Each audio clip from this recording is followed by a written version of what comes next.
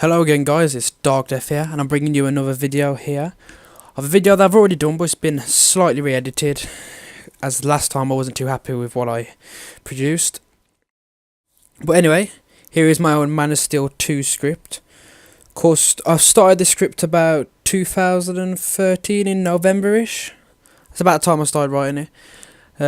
Yeah, it's quite a long time from this point, even longer from when you're watching this. And as I just said, I did do a previous version of this where I recorded about 2/3 of the film. But as I watched back, I noticed that I was struggling in places and missing out parts. I'm not going to say I'm a nervous reader. But now, we should do it a lot better. Now, we should do it a lot shorter as well and just get in the main points, not to mess around. For instance, last time I started this script, it took me 6 minutes to actually get into it. So yeah, we're not going to mess around this time. But anyway, just going to load that up for you there. Man of Steel 2. Just going to keep that on the screen, and that's all you're going to see all the way through, and just leave it as a blank screen. So of course, you can let your imagination catch this. You don't even have to look at the screen, you can look away, watch whatever you want. Like the first Man of Steel. And just have me talking in the background for your headset. Lie back on your bed. Look up at the ceiling, close your eyes. Just listen to my voice.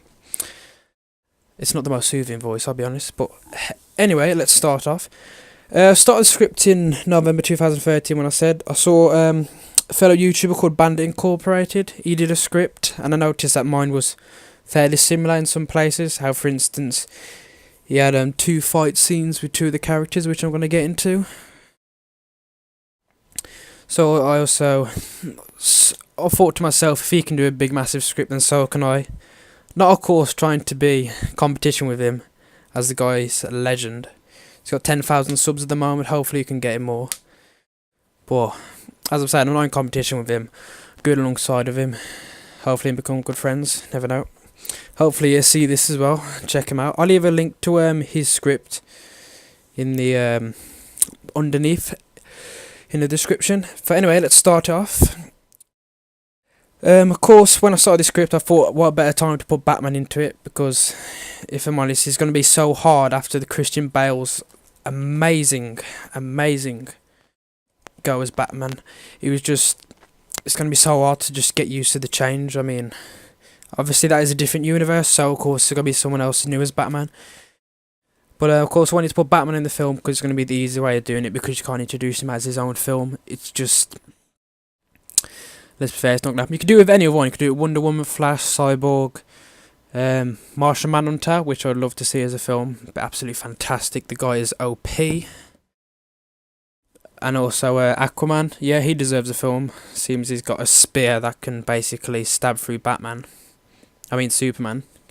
Yeah, already getting words mixed up. Anyway, let's start this off. Of course, I've gone with Batman in the film. Of course, they've put as Ben Affleck as playing him. I don't mind that. Not too forced. Of course, the villain's going to be Lex Luthor. He's going to be very conniving. He's very sneaky. He's, of course, going to get on Superman's good side. And then, obviously, just snap. And he'll be the true villain of the story. He's obviously I'm going to use him in a way that he puts Superman and Batman against each other. You know, taking out 2 birds, 1 stone. Blah, blah. Of course, with Batman pulling it, that basically won Comic-Con, let's be fair. So you saw that bat symbol in that speech. Amazing. Things went downhill when I, of course, put Wonder Woman in. For me, that's just a bit too overcrowded. Lex Luthor in the film would be fine, even though they cast friggin... Oh, the Eisenberg chap. I can't even be bothered to say his name. I can't bother to talk about it anymore. But anyway, let's dive straight into the script now. I'll hopefully not mess around too much. I've already gone 4 minutes into this. I'll put a friggin' tag in the description, time skip to now. Of course, this film's going to be set a couple of years after Man of Steel. Of course, Superman's going to be help rebuilding the city. People cheer for him, people support him now, all that. The last film had so much negativity. Didn't feel like a Superman film at all. He says it's supposed to bring hope. The only thing that was so exciting about the film was when he's flying. It was the only happiness for us, I should say. So of course people is cheering for him. Lex Luthor obviously not liking Superman, as you can say that the Kryptonians, when they destroyed part of Metropolis, they destroyed, say, Lex building, something he invested in.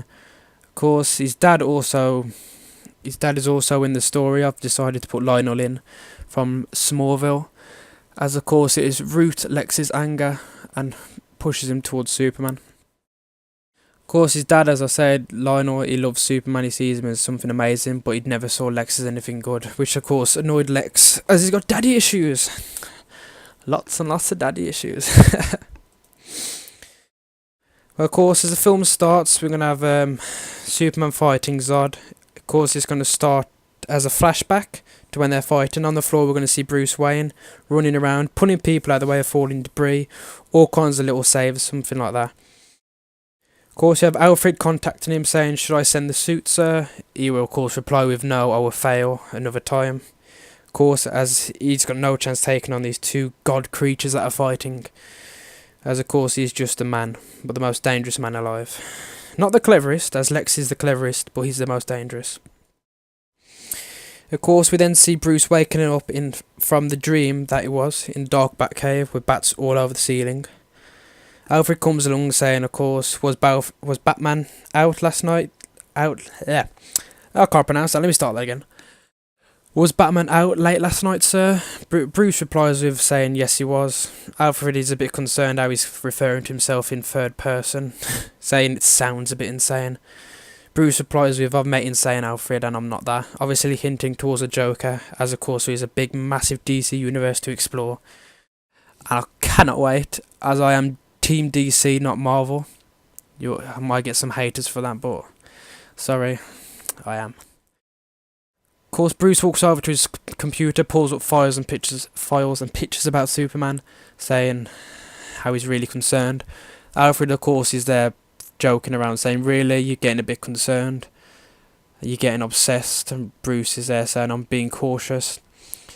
Then Alfred comes out with saying, however you want to look at it, I suspect you're not alone. Bruce asks, what do you mean? Alfred replies with, I'm guessing somewhere out there is a man just like you looking at a picture of Superman thinking that something has to be done.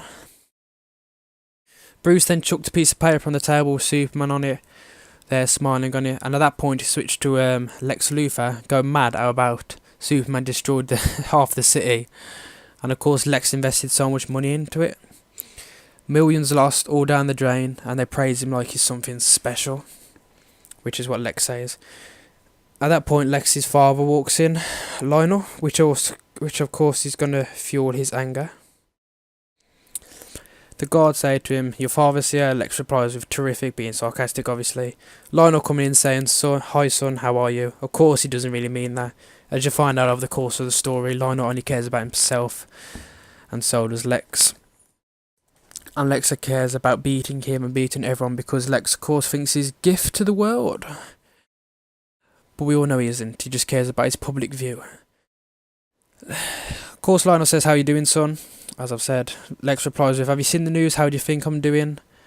I'm not doing well at all, obviously the city's been destroyed. Lionel replied with, I told you not to invest in the city, it'd be an uphill challenge. And Lex is there angrily, just replying back to him saying, uphill? You call that uphill?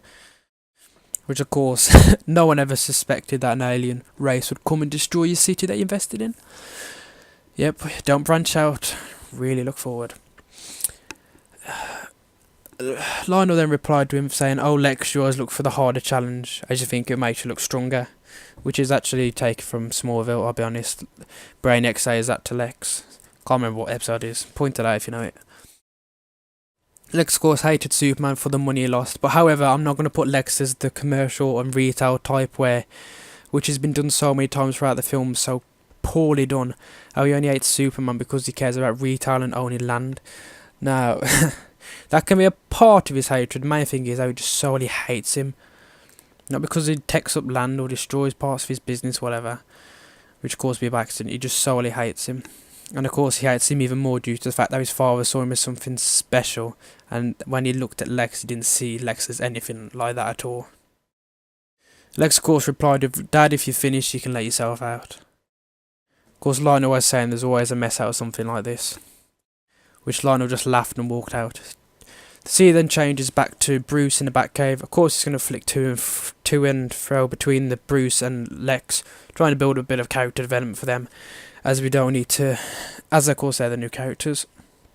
And Superman has already had a whole film to introduce him. Bruce says to Alfred, "You're right, Alfred, I'm going to have to make a choice. Sit back and hope Superman makes the right decision every time, or go out there and make sure he never has to."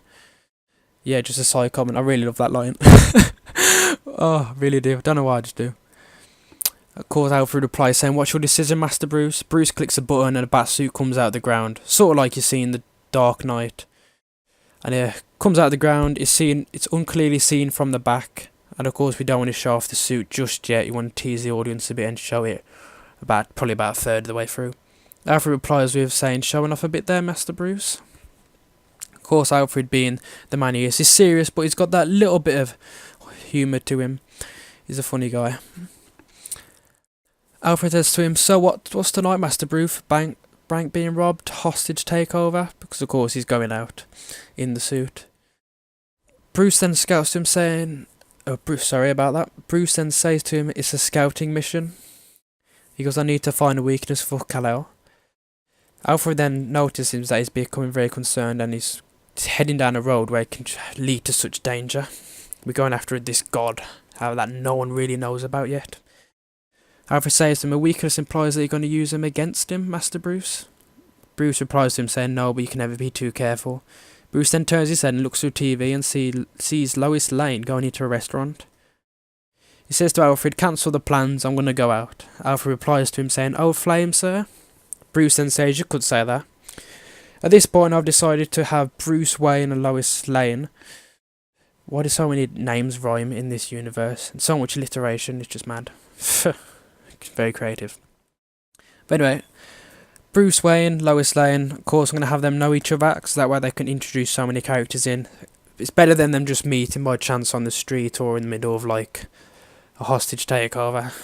You know, something as mad as that. I'm going to have them already know each other, so you don't need to know how they meet and all that. Especially with these small characters like Lois Lane. Obviously she's not going to be that important in the film. Of course, Bruce walks out the room. Alfred looks at looks at footage of Superman on the computer, and he says to himself, "I wonder where he is now." The scene changes then to a classic Superman scene, floating in space, eyes closed, thinking about his fight with Zod. Of course, this fight hasn't hurt his body, as of course he is indestructible, but it's hurt his mind in so many ways, and he just doesn't feel human anymore. It just feels like his mind is broken. He of course hears someone screams and he flies down and saves them. Classic Superman. Does loads of little saves, something that was really missing from the last film. As of course he did one big save of saving the Earth, but he didn't do all the little saves that he saw in the old Superman films, which everyone loved. Like, you know, the boy falling off the waterfall, because, yeah, he had good parents. Of course Lois arrives at the restaurant waiting for Clark to turn up. He's out busy saving people. Someone comes up behind Lois and says, "Sorry I'm late." Lois turns around and says, "Again, this can't keep happening." She pauses and notices actually Bruce there, not Clark. She then smiles and said, "Bruce, is that you?" And he's there going, Bruce Wayne's there with his playboy persona, as of course that's part of his act as well, to basically disguise it away from the fact that no one would ever think he's Batman, as he's just a bit of a playboy and doesn't really care about anyone but himself. You know, that kind of rough persona. He says, "Lois, it's so good to see you." Of course they meet, they talk, they chat, they catch up, all that. Bruce then says, "So Lois, are you seeing anyone?" Lois says, "Well," and of course it changes to a scene of Superman fighting villains, saving people's lives. He of course realises that he's late, rushes over there, changes into Clark in like a couple of seconds, and he arrives there. Comes in, Lois introduces Bruce to Clark and says, this is Bruce Wayne, and he's like Clark Kent. They introduce, they shake hands. Bruce says, "Wow, that's quite a grip." Clark laughs nervously, stutters, he mumbles. He's of course putting up his disguise of Clark Kent, mumbling reporter, you know, really take the eye away from him ever being Superman. As of course, the only disguise he's got is a pair of glasses and combs his hair the other way. Yeah, not much. Bruce stays at the mill for a bit and talks about the alien to see how Clark would react. At this point, we're not hinting if Bruce Wayne knows that Clark is Superman. You may find out in the rest of this, you may not. He may know, he may not. You'll have to keep watching, obviously. Clark answers bumbling, saying he doesn't know much about Superman. Bruce then has a phone call from Alfred, and of course he says, "Excuse me," he doesn't take it. Alfred says the download is complete, Master Bruce. Bruce says he has to go and leaves. Clark listens in and is a bit concerned about that call. but he sees it's nothing.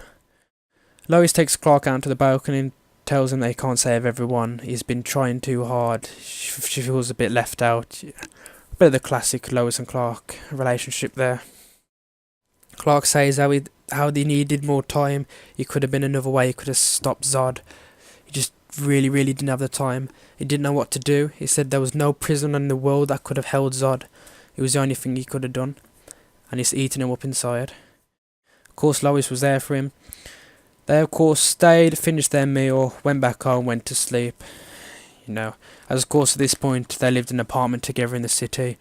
But I don't know if you want to tell the rest of the world if they're dating or not. They could be friends, it could be the start of their relationship, they could be in a honeymoon phase. All that rubbish. Rubbish. Bruce goes out on a night as Batman, and this is where things start to heat up. Of course, you never actually really see his costume. You always sees him in the darkness, you just see like a bit of eyes glowing, just like a bat. He takes down some thugs which have stolen something very valuable. You notice I was wearing clothes that were damaged down the one side, aka Two-Face, of course hinting towards him. At this point in the story, Two-Face we could have already gone down that storyline, and then I'm guessing when Batman has his own film, I'm thinking you could do it as a prequel, which would be something nice to do. Of course it's an option, you could always do something different. In this case, you don't have to do his Two-Face goons, you could do it something like the Penguin's goons. As you know, that guy's always been evil, he just takes his time getting away to the top of the mob gang. Of course, the squad team show up to take down Batman, as the government has actually been after Batman for years. I'm guessing because Zack Snyder said he's going to be an older type Batman, so that he's probably been doing work for like 10-15 years. I don't want him to be too old because, they've got plenty of time. They're going to do so many films, they've got plenty of time to explore the old Bruce Wayne, when really they can explore the young one in his prime as he takes down people. And then you can show him getting older, and the shows that he has to go through such strength to battle through. Because one thing I didn't like about The Dark Knight Rises is how his bones are so like brutal, his joints were just gone. They put on that knee brace and suddenly, wow, he's amazing. I just didn't like it that much. Didn't like the film too much. Of course, as I was saying, the government's been after Batman for many years. They sent a squad team in to find Batman, not the criminals. Batman was there taking down criminals. Notice they had high-tech weapons, and I'm talking high-tech weapons, not anything you've ever seen before. He's trying to figure out where they're getting it from, so of course he had to take one of them hostage. Well, not hostage, I should say. He has to, of course, hold one of them by the neck and saying, "Tell me everything you know." Classic thing from one of the Arkham series games, great trilogy. Of course, Batman there says, "Here again," as you notice that the squad team is showing up. He has to be quick. Batman was, of course, chasing criminals through abandoned buildings in the area, while the squads were chasing Batman. Batman clearly stuck between a rock and a hard place here. One of the members contacted the leader and said, "Should we capture the thugs as well?" The leader replied with, "Leave them, just get the bat." As of course he's the number one priority. They know this guy is the most dangerous man alive and they need to get him captured. The members followed the orders for coming upstairs after Batman. Batman took out more members. Some criminals were attacking squad members as well, as of course they were getting behind the squad member lines. They was checking room by room, the squad members was, but of course not checking it completely, as some members got behind and started killing some of the squad members. The criminals, of course Batman was taken down. One criminal went to go and kill a squad member. Of course Batman jumped in the way, took the gun off him, knocked out the criminal. The squad guy went to shoot Batman. Batman took the gun off him and then chucked it on the floor. The squad member just looked at Batman and Batman just looked straight at him, eye to eye. The soldier just stood there in absolute fear and watched Batman walk past him away. Batman found the last criminal literally on top. Literally about the highest floor, I should say. We've gone all the way up the building here. He's there holding him up by his neck saying, "Where did you get these weapons from? No person should ever have this equipment." He says he's got weapons, he's got software that can hack into military, all this kind of stuff. As of course this is one elite squad that's been hired by someone and Batman needs to find out who it is. He of course questioned him. At that point the squad came in the room and circled Batman. At this point there was just a light bulb hanging in the ceiling, swaying side to side, shining down at Batman. All you could see was the back of him with his cape and just the top of his head with his ears sticking out. He of course let the criminal go. The criminal just ran off, jumped out the window, went down the fire escape. The soldier said, put your hands up, and also get down on your knees." At that point, the light started to flicker. The light flicked off only a second and then flicked back on. It was basically like blinking. And as soon as the light flicked back on, Batman wasn't even there. It was just gone straight in a second. There were just about 8 soldiers just standing in a circle looking at each other. Of course, the leader contacted him saying, "Do you have him?" The soldier replied with negative, "So we lost him." The scene changed to a room full of soldiers and members of the government all in around this massive table. Them there saying, "Well then, what now?" Of course, the leader there replied with, "We need some help, but who?" The scene, of course, changes to Clark running around his apartment, getting ready for work, getting ready for what the world is going to bring at him. Of course, we see him confident, ready, puts on his glasses, and straight away, bang, he switches straight to his Clark Kent personality. He's clumsy, he's bumping into people, he's dropping pieces of paper, all that kind of stuff. Of course, he arrived at work, talked to some of the people around the office, talked to Perry White, got all these side characters, giving them a bit of screen time as well. Perry, of course, says to him, "Kent, where have you been? Have you seen the news? Get downtown now." Of course, Clark went downtown to find thugs hanging from lampposts by pieces of rope, and of course, them knocked out all over the place. And then, of course, one of the criminals awake, and he's talking about this bat-type creature was out on the night. Clark, of course, was concerned about this and listened in on the conversation. This, of course, concerned him, while they were saying some kind of lunatic was dressed as a bat and going around knocking people out. And, well, of course, the thugs would exaggerate saying he would kill people, but as you know, Batman wouldn't do that. Of course, they're saying he's insane, but you know, who would really dress up as a bat?